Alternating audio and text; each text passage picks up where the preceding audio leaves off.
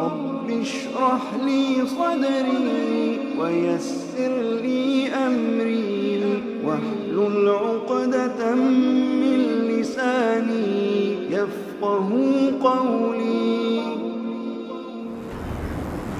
اللہ تعالیٰ کی بے پایہ حمد و ثنا، اس کی تقدیس، اس کی تحمید، اس کی تمجید اور اس کی توحید، اس کی وحدانیت کا اقرار اور اس کی نعمتوں کا اظہار۔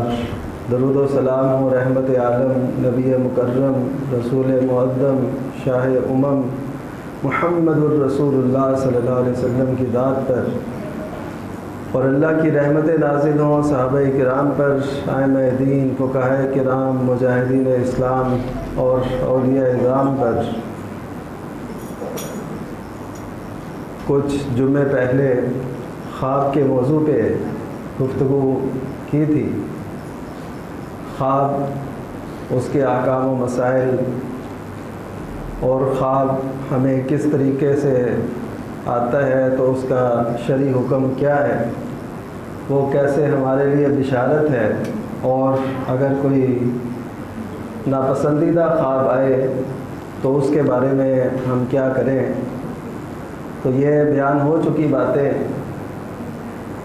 تو اس کے بعد یہ موضوع عرض کیا تھا کہ نبی کریم صلی اللہ علیہ وسلم نے اپنی مبارک زندگی کے اندر جو خواب دیکھے، جو منقول ہیں، روایات میں موجود ہیں، ان میں اسباق بھی ہیں، ان میں اہل ایمان کی دلچسپی کا سامان بھی، اور ان کے اندر کچھ اور بھی نکات اور باتیں ہمیں سمجھ آتی ہیں۔ تو آج کے اس خطبے میں نبی کریم صلی اللہ علیہ وسلم کے ان خوابوں کو بیان کیا جاتا ہے جو آپ نے اپنی مبارک زندگی میں دیکھے، اور ان کی تعبیر بھی خود فرمائی۔ ان میں سے ایک خواب یہ ہے کہ نبی کریم صلی اللہ علیہ وسلم نے دیکھا کہ کچھ لوگ ہیں، انہوں نے کرتے پہنے ہوئے، کسی کا کرتا سینے تک ہے، کسی کا اس سے بھی اوپر۔ تو سیدنا عمر بن خطاب رضی اللہ تعالیٰ عنہ کو نبی کریم صلی اللہ علیہ وسلم نے دیکھا کہ ان کا کرتا وہ زمین پہ گھسٹ رہا ہے۔ تو نبی کریم صلی اللہ علیہ وسلم سے اس کی تعبیر پوچھی گئی تو آپ نے فرمایا اس سے مراد ہے دین، یعنی صحابہ کرام رضی اللہ عنہ کے عہد میں بھی تفاوت، فرق، درجہ بندی وہ موجود تھی۔ تو سیدنا عمر بن خطاب رضی اللہ تعالیٰ عنہ کو نبی کریم صلی اللہ علیہ وسلم نے اس عالم کے اندر دیکھا۔ یہ صحیح بخاری کی روایت ہے۔ تو اس سے یہ اندازہ ہوتا ہے کہ کسی کو لباس میں دیکھنا اور لمبے لباس میں دیکھنا، اس کا مطلب ہے اس کا دین کے ساتھ ایک تعلق ہے، گہرا تعلق بنتا ہے۔ اس کے برعکس اگر کمی دیکھتے ہیں، لباس میں کمی یا اس سے کم چلتے چلے آئیں کہ لباس بالکل نہ ہو، تو یہ عموماً ایسے ہوتا ہے کہ اس کی کوئی ذلت کا سامان، کوئی ایسی بات، کوئی اس کے دین سے دوری، اس قسم کا اشارہ ان خوابوں کے اندر موجود ہوتا ہے۔ تو اس سے یہ بھی پتہ چلا کہ سیدنا عمر بن خطاب رضی اللہ تعالیٰ عنہ دین میں بہت زیادہ کاربند تھے، بہت زیادہ دین کو اہمیت دیتے تھے۔ باقی صحابہ کرام بھی دیتے تھے، لیکن ان کے اندر دین کا جذبہ، غیرت، حمیت وہ بہت نمایاں تھی۔ تو نبی کریم صلی اللہ علیہ وسلم کو اللہ تعالیٰ نے یہ خواب میں دکھایا۔ تو سیدنا عمر بن خطاب کا عہد حکمرانی وہ بہت ہی شاندار تھا۔ اس کے متعلق بھی نبی کریم صلی اللہ علیہ وسلم نے خواب دیکھا۔ وہ کیا تھا کہ سیدنا نبی کریم صلی اللہ علیہ وسلم فرماتے ہیں کہ میں نے خواب دیکھا کہ میں ایک حوض پہ ہوں اور لوگوں کو پانی پلا رہا ہوں۔ تو پھر سیدنا ابو بکر رضی اللہ تعالیٰ عنہ آتے ہیں تو مجھ سے وہ جام پکڑ لیتے ہیں اور وہ خود پلانے لگتے ہیں، اور حدیث میں باقاعدہ لفظ ہیں کہ ابو بکر رضی اللہ تعالیٰ عنہ نے وہ پیالہ، وہ جام، وہ مجھ سے اس لیے پکڑا لیریحنی، صحیح بخاری کی روایت، تاکہ مجھے راحت پہنچائے۔ کیوں؟ کہ نبی کریم صلی اللہ علیہ وسلم کہ وہ ہمیشہ حمایتی رہے، آپ کے رفیق رہے، مشکل سے مشکل وقت میں بھی وہ آپ کے ساتھ تھے۔ وہ ہجرت کی راہ ہو، وہ غزوہ بدر کا معاملہ ہو، وہ کون سا معاملہ ہو، تو سیدنا ابو بکر صدیق نبی کریم صلی اللہ علیہ وسلم کے ساتھ تھے کہ آپ کو راحت پہنچاتے تھے۔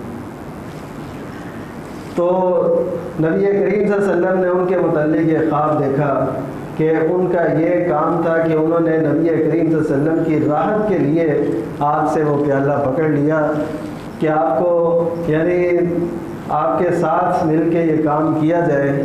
تو اب نبی کریم صلی اللہ علیہ وسلم نے وہ پیالہ انہیں پکڑا دیا، وہ پلاتے رہے، اور انہوں نے جب پلایا تو ان کے پلانے میں ذرا کمزوری تھی، پلانے میں ذرا کمزوری تھی۔ یہ کس طرف اشارہ تھا کہ سیدنا ابو بکر صدیق رضی اللہ تعالیٰ عنہ کے دور میں مختلف فتنے اٹھ کھڑے ہوئے تھے، تو ان کی جو زیادہ تر توجہ ہے وہ اس طرف رہی کہ ان فتنوں کا مقابلہ کیا جائے۔ پچھلے جمعے کے اندر میں نے وضاحت کی تھی کہ مدعیان نبوت، مانعین زکوٰۃ اور جو مرتدین ہیں، ان کے فتنوں نے ایک دم سر اٹھایا۔ نبی کریم صلی اللہ علیہ وسلم کی اس دنیا سے رخصتی یہ بھی انتہائی بڑا غم تھا، تو اس کے بعد پھر اتنے بڑے بڑے فتنوں کا اٹھ جانا یہ بہت بڑا امتحان تھا۔ تو اس وجہ سے سیدنا ابو بکر صدیق رضی اللہ تعالیٰ عنہ امت کو اس طریقے سے نہیں پلا سکے جیسے پلانا چاہیے تھا، وہ پانی، وہ جو خواب نبی کریم صلی اللہ علیہ وسلم نے دیکھا۔ لیکن اتنا ضرور ہے کہ انہوں نے ناتواں حالت میں جیسے بھی مشکلات اور جیسے بھی فتنے تھے، انہوں نے یہ سارا کارنامہ انجام دیا کہ امت کو مجتمع بھی کیا، امت کو خالص دین کی طرف بھی لائے، اور امت پر ایک بہت بڑا احسان یہ کیا کہ جاتے ہوئے سیدنا عمر رضی اللہ تعالیٰ عنہ کو خلیفہ بنا گئے۔ یعنی یہ بھی انہی کا احسان تھا۔ پہلی حکومتیں بعد والوں کے لیے سہولتیں پیدا کرتی ہیں، اور ایسا یقیناً ہوتا ہے۔ سیدنا ابو بکر رضی اللہ تعالیٰ عنہ نے بھی سیدنا عمر رضی اللہ تعالیٰ عنہ کے لیے راہ ہموار کی، اور ان کو ایک اچھی اور آئیڈیل جو ہے وہ صورتحال انہوں نے ان کے سامنے رکھی۔ اب ان کے سامنے کوئی ایسا فتنہ نہیں تھا، وہ سارے فتنے سیدنا ابو بکر صدیق رضی اللہ تعالیٰ عنہ نے فرق کیے تھے، ان کو مٹایا تھا، ختم کیا۔ سیدنا ابو بکر صدیق کے دور میں فتوحات بھی ہوئی، اور عراق کی طرف بھی فوج کشی ہوئی، اور اس طرف سے شام کی طرف بھی فوج کشی ہوئی، اور یعنی فتنوں سے بھی انہوں نے مقابلہ کیا۔ تو نبی کریم صلی اللہ علیہ وسلم نے فرمایا کہ میں نے دیکھا کہ ان کے پانی پلانے میں ذرا ضعف ہے، اور ایک اور حدیث میں وہ اسی کی وضاحت میں ہے کہ جب سیدنا ابو بکر رضی اللہ تعالیٰ عنہ نے وہ ڈول پکڑا تو وہ ڈول جو تھا وہ ایک بہت بڑا ڈول بن گیا۔ تو اب سیدنا عمر رضی اللہ تعالیٰ عنہ اس ڈول سے پانی بھر بھر کے لوگوں کو پلا رہے ہیں، لوگ خود بھی پی رہے ہیں اور اپنے جانوروں کو پلا رہے ہیں۔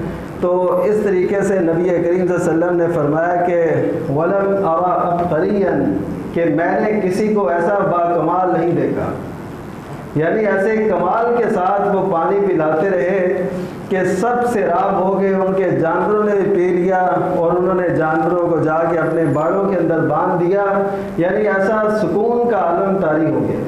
یہ اس بات کی پوری عکاسی ہے جو حضرت ابو بکر کو اور ان کے بعد حضرت عمر رضی اللہ تعالیٰ عنہ کو خلافت ملی، یہ بالکل اس کی پوری عکاسی ہے اس حدیث کے اندر۔ کوئی نہ مانے تو یہ اس کی اپنی مرضی ہے۔ نبی کریم صلی اللہ علیہ وسلم نے یہ پورا خواب ایسے بیان کیا، تو یہ اس سے یہ پتہ چلا کہ جو سیدنا ابو بکر، سیدنا عمر رضی اللہ تعالیٰ عنہ کی خلافت تھی وہ نبی کریم صلی اللہ علیہ وسلم کے بالکل منہج کے مطابق تھی، اور اسی کو تسلسل سے آگے بڑھایا انہوں نے، اور اسی کو قائم کیا۔ اس میں کوئی بھی ایسا پہلو نہیں تھا جس میں کوئی نعوذ باللہ قبضے کی یا کسی کے حق تلفی کی کوئی بات ہو، ایسا نہیں تھا۔ اللہ تعالیٰ نے یہ خواب میں پہلے سے دکھا دیا تھا۔ پھر نبی کریم صلی اللہ علیہ وسلم نے ایک اور خواب دیکھا۔ وہ خواب دیکھا کہ آپ صلی اللہ علیہ وسلم، ابو رافع ایک صحابی تھے۔ رافع کا مطلب آپ جانتے ہیں، رفعت، بلندی، بلند ہونے والا۔ تو ان کے گھر میں تھے آپ۔ خواب میں آپ نے دیکھا کہ آپ ان کے گھر ہیں اور آپ کے پاس ابن طاب کھجوریں لائی گئی ہیں۔ طاب یا طیبہ، طیبہ، یہ لفظ عمدگی کو ظاہر کرتا ہے۔ تو نبی کریم صلی اللہ علیہ وسلم نے خود ہی اس کی تعبیر بیان کی۔ یہ خواب اتنا سا ہے کہ ابو رافع رضی اللہ تعالیٰ عنہ کے گھر ہیں آپ، اور آپ کے سامنے ابن طاب، بہترین کھجوریں، ایک قسم تھی کھجوروں کی، وہ پیش کی گئی۔ تو نبی کریم صلی اللہ علیہ وسلم نے خود ہی اس کی تعبیر بیان فرمائی۔ کیا کہ چونکہ ابو رافع کا گھر دیکھا ہے تو نبی کریم صلی اللہ علیہ وسلم نے فرمایا کہ اللہ تعالیٰ ہمیں ضرور رفعت اور بلندی سے نوازے گا۔ یہ دیکھیے، یہ نا خواب کا ایک اصول ہے کہ آپ کسی شخص سے ملے ہیں یا کوئی لفظ آپ کے سامنے آیا ہے یا آپ کسی کے گھر میں ہیں، اس فرد کا، اس کے مالک کا نام کیا ہے، تو اس کو کہتے ہیں اشتقاق، یعنی آپ اس لفظ سے کوئی اچھا معنی لے کے اس کی تعبیر کر دیں۔ تو نبی کریم صلی اللہ علیہ وسلم نے اسی پہلو کو لیا اور یہ خواب کی تعبیر بیان فرمائی۔ اب جو ابن طاب کی کھجوریں آپ کے سامنے آئیں تو اس سے نبی کریم صلی اللہ علیہ وسلم نے یہ بات بیان فرمائی کہ ہمارا دین بھی سچا ہے اور دین میں کامیابی ہے دنیا اور آخرت کی، آخرت میں بھی اللہ تعالیٰ ہمیں کامیابیوں سے نوازے گا اور ہمیں اچھائی اور اچھائی ہی ملتی چلی جائے گی۔ یہ وہ کھجوریں دیکھنے سے، جو عمدہ کھجوریں تھیں وہ دیکھی اور اس کی آپ نے یہ تعبیر کی۔ ویسے جو معبرین ہیں، یعنی جو علم تعبیر سے واقف ہیں، وہ تقریباً سبھی وہ کہتے ہیں کھجور دیکھیں، کوئی پھل دیکھیں، کوئی رزق دیکھیں تو یہ ہمیشہ عمدگی کی علامت ہوتی ہے۔ جس کو خواب کے اندر ایسی کوئی چیز نظر آئے تو یہ عمدگی کی طرف اشارہ ہے۔ اور کھجور سے تو نبی کریم صلی اللہ علیہ وسلم کو ویسے بہت لگاؤ تھا۔ ایک حدیث عرض کرتا ہوں کہ نبی کریم صلی اللہ علیہ وسلم نے فرمایا کہ قیامت قائم ہو رہی ہو اور کسی کے ہاتھ میں کھجور کا پودا ہو، قیامت قائم ہو رہی ہو اور اس کے ہاتھ میں کھجور کا پودا ہو تو وہ چاہیے اسے کہ وہ کھجور کا پودا ضرور لگا دے۔ یعنی ایسے حالات کے اندر بھی کھجور سے محبت، اور یہ مسلمانوں کی ایک علامت ہے، ایک نشان ہے، اس کو بہت اہمیت دینی چاہیے۔ تو خیر، یہ خواب اور نبی کریم صلی اللہ علیہ وسلم کا، یہ صحیح مسلم کی روایت ہے۔ پھر نبی کریم صلی اللہ علیہ وسلم نے جب آپ مدینہ منورہ تشریف فرما ہوئے، براجمان ہوئے، تو اس وقت یہاں کی فضا میں ذرا آب و ہوا جو تھی وہ موافق نہیں آ رہی تھی مکہ کے لوگوں کو۔ تو نبی کریم صلی اللہ علیہ وسلم نے یہ دعا کی تھی کہ وَانْقُلْهُمْ مَعَهَا إِلَى الْجُحْفَةِ، کہ یہاں کی جو بیماری ہے اس کو جوفہ کی طرف منتقل کر دے۔ اللہ کی حضور دعا کی۔ یہ نہیں تھا کہ جوفہ میں کوئی انسان رہتے تھے تو آپ نے اس کے لیے دعا کر دی، وہ ایک ویرانہ علاقہ تھا، تو آپ نے کہا کہ یہ بیماری جو ہے وہاں منتقل ہو جائے۔ تو اس سے بالکل واضح ہوتا ہے کہ بیماریوں کو منتقل کرنے والی ذات ایک جگہ سے دوسری جگہ وہ اللہ تعالیٰ کے ذات ہے، کوئی کچھ نہیں کر سکتا۔ یہ جو لوگوں نے اپنے اپنے تصورات بنائے، جو کچھ بھی اس میں کیا جاتا ہے وہ احتیاط کی حد تک ہے، اصل حکم مالک اور خالق کا کار فرما ہے۔ سب احتیاطیں کیجئے، لیکن قدرتوں کا مالک، بیماری کو لانے والا، بیماری کو لے جانے والا، بیماری کو منتقل کرنے والا وہ ایک ہی ہے، وہ ہمارا خالق اور مالک ہے۔ اس وجہ سے احتیاطوں کے ساتھ ساتھ اس سے دعا کیجئے۔ نبی کریم صلی اللہ علیہ وسلم نے جب یہ صورتحال دیکھی تو آپ نے یہ دعا کی۔ اب آپ صلی اللہ علیہ وسلم کو خواب میں دکھایا گیا کہ ایک کالی عورت جس کے بال بکھرے ہوئے ہیں وہ مدینہ سے نکلی ہے اور جوفہ چلی گئی ہے۔ تو یہ خواب بالکل نبی کریم صلی اللہ علیہ وسلم کی اس دعا کے موافق تھا۔ تو اسی طرح اگر ہمیں خواب میں کوئی ایسا نظر آتا ہے، کوئی یہ چڑیل سی یا کوئی ایسی چیز کہ وہ گھر سے نکلی ہے، کہیں چلی گئی ہے، تو ایسے سمجھے اللہ تعالیٰ نے آپ کو آفتوں سے محفوظ کر لیا ہے۔ یہ اشارہ اس بات اسی طرح کوئی مشکل، کوئی ایسی چیز، کوئی سانپ، کوئی بچھو، کوئی چھپکلی، کوئی ایسی چیز جس کو آپ مار دیتے ہیں تو ایسے سمجھے وہ ایک مشکل تھی، آفت تھی جو آنے والی تھی، اللہ تعالیٰ نے آپ سے ٹال دی۔ تو یہ اصول ہیں جو نبی کریم صلی اللہ علیہ وسلم کے خوابوں سے ہمیں سمجھ آتے ہیں۔ اس کے بعد ایک اور خواب نبی کریم صلی اللہ علیہ وسلم کا، آپ نے ایک دودھ کا پیالہ دیکھا، تو دودھ آپ نے نوش فرمایا۔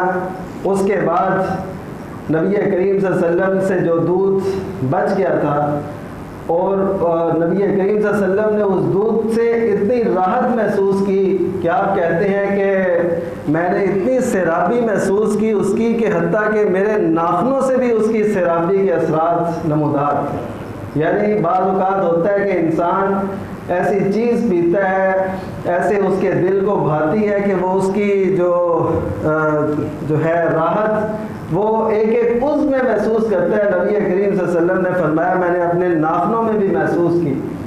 تو پھر میں نے وہ پیالہ جو ہے سیدنا عمر بن خطاب رضی اللہ تعالیٰ عنہ کو دے دیا۔ صحابہ نے عرض کی کہ اللہ کے رسول اس کی تعبیر کیا ہے؟ تو نبی کریم صلی اللہ علیہ وسلم نے فرمایا کہ اس سے مراد ہے علم، یعنی دودھ علم کی علامت۔ اگر خواب میں کسی کو دودھ نظر آئے تو یہ پہلی بات ہوگی کہ اس کا علم کے ساتھ ایک تعلق ہے۔ تو نبی کریم صلی اللہ علیہ وسلم نے حضرت ابو بکر صدیق، حضرت عمر رضی اللہ تعالیٰ عنہ کو پیالہ دیا تو آپ نے وہ پیا، تو نبی کریم صلی اللہ علیہ وسلم نے علم کی تعبیر کی۔ تو نبی کریم صلی اللہ علیہ وسلم نے اپنا علم سیدنا عمر رضی اللہ تعالیٰ عنہ کو ایسے عطا فرمایا۔ تو یہاں پہ ایک چھوٹی سی بات ضمناً عرض کرتا چلوں، ایک حدیث آپ نے مشہور سنی ہوگی جو لوگوں کی زبانوں پہ عام ہے، انا مدینۃ العلم وعلی بابها، کہ میں علم کا شہر ہوں اور علی رضی اللہ تعالیٰ عنہ اس کے دروازے۔ یہ ترمذی کی روایت، لیکن یہ ثابت نہیں ہے نبی کریم صلی اللہ علیہ وسلم سے، یعنی سندن نبی کریم صلی اللہ علیہ وسلم تک اس کی جو سند ہے وہ ٹھیک نہیں ہے، ضعیف روایت ہے۔ تو اس روایت سے بالکل واضح ہے کہ نبی کریم صلی اللہ علیہ وسلم نے اپنا علم جو ہے سیدنا عمر رضی اللہ تعالیٰ عنہ کو دیا۔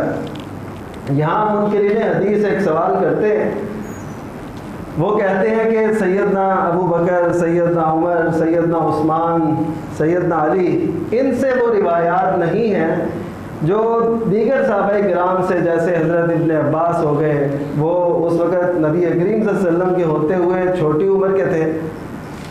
تو اسی طرح سیدنا انس بن مالک، یہ بھی نبی کریم صلی اللہ علیہ وسلم کے دور کے اندر صغار صحابہ میں شمار ہوتے تھے۔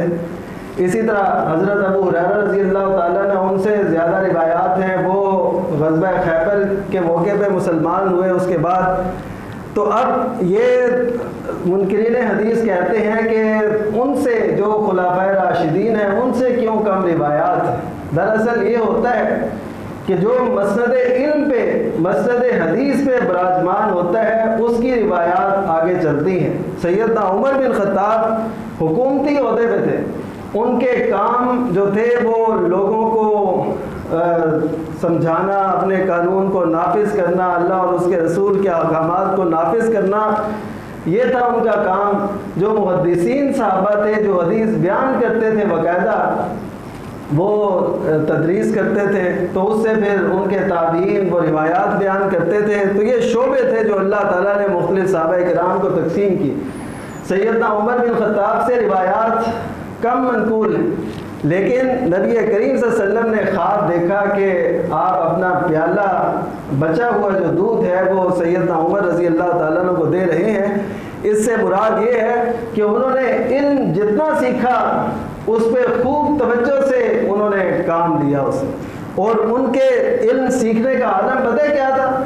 اتبان بن مالک انصاری، وہ سیدنا عمر رضی اللہ تعالیٰ عنہ کے بھائی بنے تھے جب مواقعات مدینہ نبی کریم صلی اللہ علیہ وسلم نے کرایا، تو وہ بھائی تھے ان کے، اتبان بن مالک انصاری رضی اللہ تعالیٰ عنہ اور عمر بن خطاب رضی اللہ تعالیٰ عنہ۔ اب دونوں نے ایک ایک دن طے کیا ہوا تھا کہ ایک دن تم نے نبی کریم صلی اللہ علیہ وسلم کی خدمت میں حاضر ہونا ہے اور میں کام کروں گا، اور ایک دن میں نبی کریم صلی اللہ علیہ وسلم کی خدمت میں حاضر ہوں گا اور تم کام کرنا، یعنی کوئی بھی فرمان نبی کریم صلی اللہ علیہ وسلم کا رہ نہ جائے۔ جب شوق ایسا ہو تو پھر نبی کریم صلی اللہ علیہ وسلم کو خواب میں پھر ایسا ہی دکھایا گیا کہ سیدنا عمر بن خطاب کو نبی کریم صلی اللہ علیہ وسلم نے اپنا علم عطا کیا۔ تو اس سے یہ بھی پتہ چلتا ہے کہ علم کی چاہت امت مسلمہ کا طرہ امتیاز ہے۔ علم حاصل کیجئے، اور علم وحی سب سے بنیادی علم ہے، وہ علم وحی ہے، قرآن اور سنت۔ اس کو جس قدر ہم سیکھیں گے اسی قدر اس معاشرے کے اندر انقلاب آئے گا، اسی قدر راحت اور امن اور سکون اس معاشرے کے اندر پیدا ہوگا۔ اور وہی علم جو عہد خلافت میں تھا وہ علم وحی تھا، جس کی وجہ سے اللہ تعالیٰ نے ان کو عروج اور غلبہ نصیب کیا۔ نبی کریم صلی اللہ علیہ وسلم نے سیدنا عمر رضی اللہ تعالیٰ عنہ کے متعلق ایک اور خواب دیکھا کہ آپ جنت میں ہیں، اور جنت میں ایک محل ہے جس کے ایک طرف ایک عورت وہ وضو کر رہی ہے۔ تو نبی کریم صلی اللہ علیہ وسلم سے عرض کیا گیا، آپ کو بتایا گیا کہ یہ عمر بن خطاب رضی اللہ تعالیٰ عنہ کا محل ہے۔ تو نبی کریم صلی اللہ علیہ وسلم وہاں سے واپس تشریف لے آئے، یعنی محل کے اندر نہیں گئے۔ تو نبی کریم صلی اللہ علیہ وسلم نے جب یہ خواب بیان کیا تو نبی کریم صلی اللہ علیہ وسلم نے فرمایا کہ عمر، مجھے تمہاری غیرت یاد آ گئی تھی، تو اس وجہ سے میں محل کے اندر نہیں گیا، خواب کے اندر جو آپ نے دیکھا۔ تو نبی کریم صلی اللہ علیہ وسلم سے وہ عرض کرنے لگے کہ علیہ کا غار یا رسول اللہ، اے اللہ کے رسول، کیا میں نے آپ پہ غیرت کھانی تھی؟ یعنی آپ چلے جاتے، آپ دیکھتے، تو مجھے تو اس کی کوئی ایسی بات نہیں تھی۔ تو نبی کریم صلی اللہ علیہ وسلم کو یہ عادات پسند سی امت مسلمہ کے اندر کہ وہ غیور ہو، وہ غیرت مند، ان کے اندر حمیت کا مادہ موجود ہونا چاہیے، کیونکہ دین ہمارا حمیت اور غیرت یہ اس کو معاشرے کے اندر پھیلاتا ہے۔ جس معاشرے سے غیرت اور حمیت اٹھ جاتی ہے پھر اس معاشرے کا جو ہے مقام اور مرتبہ وہ نہیں رہتا، وہ ٹوٹ پھوٹ کا شکار ہو جاتا ہے، وہ اس کے اندر کوئی تمیز اور کوئی احساس اور حیا وہ باقی نہیں رہتی۔ تو نبی کریم صلی اللہ علیہ وسلم نے یہ حضرت عمر رضی اللہ تعالیٰ عنہ کا محل بھی دیکھا۔ اس کے بعد ایک اور خواب نبی کریم صلی اللہ علیہ وسلم نے ایسا بھی دیکھا کہ خواب میں آپ نے تلوار دیکھی، آپ نے اس کو ہلایا تو اس کا اگلا حصہ ٹوٹ گیا، جو تلوار کا اگلا حصہ ہوتا ہے وہ ٹوٹ گیا۔ پھر آپ نے دوبارہ اس کو فضا میں لہرایا تو وہ پہلے سے بھی زیادہ اچھے طریقے سے وہ جڑ گیا۔ جو تلوار ٹوٹی تھی نبی کریم صلی اللہ علیہ وسلم نے فرمایا کہ یہ وہ احد میں جو مسلمان شہید ہوئے تھے ان کی طرف اشارہ تھا۔ اور جو خواب دوبارہ وہ تلوار دوبارہ جڑ گئی تو نبی کریم صلی اللہ علیہ وسلم نے فرمایا کہ اس سے مراد وہ ہے جو نبی کریم صلی اللہ علیہ وسلم نے ہمیں احد کی اس مشکل کے بعد دوبارہ فتح سے نوازا، دوبارہ ہمیں فتح سے نوازا۔ یہ حدیث کے لفظ ہیں کہ اللہ تعالیٰ نے جو فتح دی تھی ایسے سمجھے وہ تلوار دوبارہ جڑ گئی اور فتح مسلمانوں کے نام اللہ تعالیٰ نے کر دی۔ اور پھر نبی کریم صلی اللہ علیہ وسلم نے فرمایا کہ مسلمان جو مجتمع ہو گئے تھے، آگے دوبارہ مل گئے تھے، یہ اللہ تعالیٰ نے اس کی طرف اشارہ کیا، یعنی تلوار دوبارہ جڑ گئی اور وہ اسی حالت میں بلکہ اس سے بھی بہتر حالت میں آ گئی جیسے وہ پہلے تھے۔ تو اس سے یہ پتہ چلتا ہے کہ ایک تو بعض لوگوں کے خیال میں یہ بات ہے کہ احد کا جو سانحہ تھا، احد کا جو واقعہ تھا، جنگ تھی، اس میں مسلمان شکست خوردہ ہوئے تھے، لیکن حقیقت میں ایسا نہیں ہے۔ مسلمانوں پہ مشکل ضرور آئی تھی، مشکل ضرور آئی، صحابہ کرام 70 صحابہ کرام شہید ہوئے، لیکن آخری جو فتح تھی وہ مسلمانوں ہی کے نام تھی۔ اس حدیث سے بالکل واضح ہوتا ہے، یعنی جو لوگ سیرت کے طالب علم ہیں وہ اس پہ بحث کرتے ہیں، ان کو پتہ ہونا چاہیے، اس حدیث سے واضح ہوتا ہے کہ اللہ تعالیٰ نے بالآخر فتح دی۔ اس کی ایک بڑی علامت یہ ہے کہ ابو سفیان جب واپس جا رہے تھے اپنے پورے لشکر کو لے کے، اس وقت تو ظاہر مسلمان نہیں تھے، تو اس وقت انہوں نے یہ پوچھا تھا کہ مسلمانوں میں کون کون ابھی باقی ہیں، یعنی حیات ہیں۔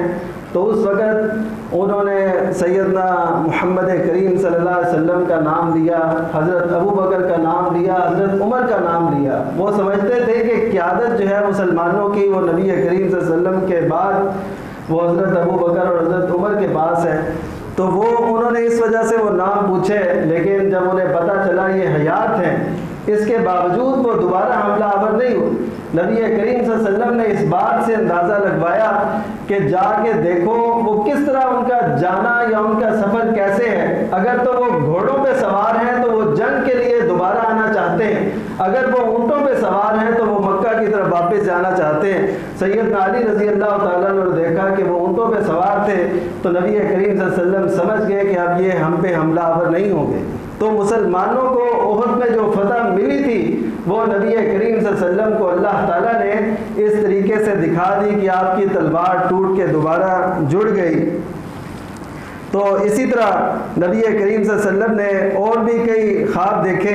ایک ان میں خواب آخری میں عرض کرتا ہوں، آپ نے دیکھا کہ آپ کو خزانے دیے گئے، اوتیتو مفاتیح خزائن الارض، کہ مجھے زمین کے خزانوں کی چابیاں دی گئی ہیں، میرے ہاتھوں پہ خزانے رکھے گئے۔